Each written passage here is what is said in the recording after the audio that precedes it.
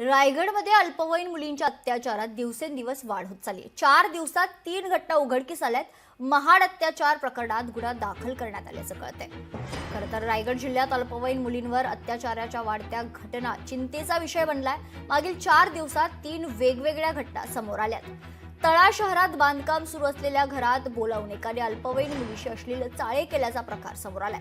या प्रकरणात गणेश रसाळ याच्या विरोधात तळा पोलीस ठाण्यात गुन्हा दाखल झालाय। तर कर्जतमध्ये स्कूल बसचा चालक 2 अल्पवयीन मुलींची चाळे करत असल्याची घटना उघडकीस आली आहे। या प्रकरणात करण पाटील याच्या विरोधात गुन्हा दाखल झालाय।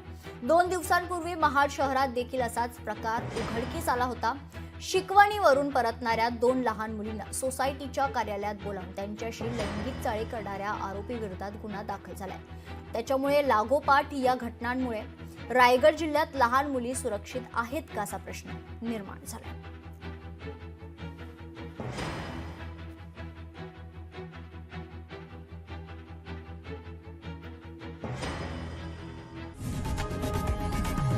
लोकशाही मराठी ऐका, पहा, जागरूक रहा।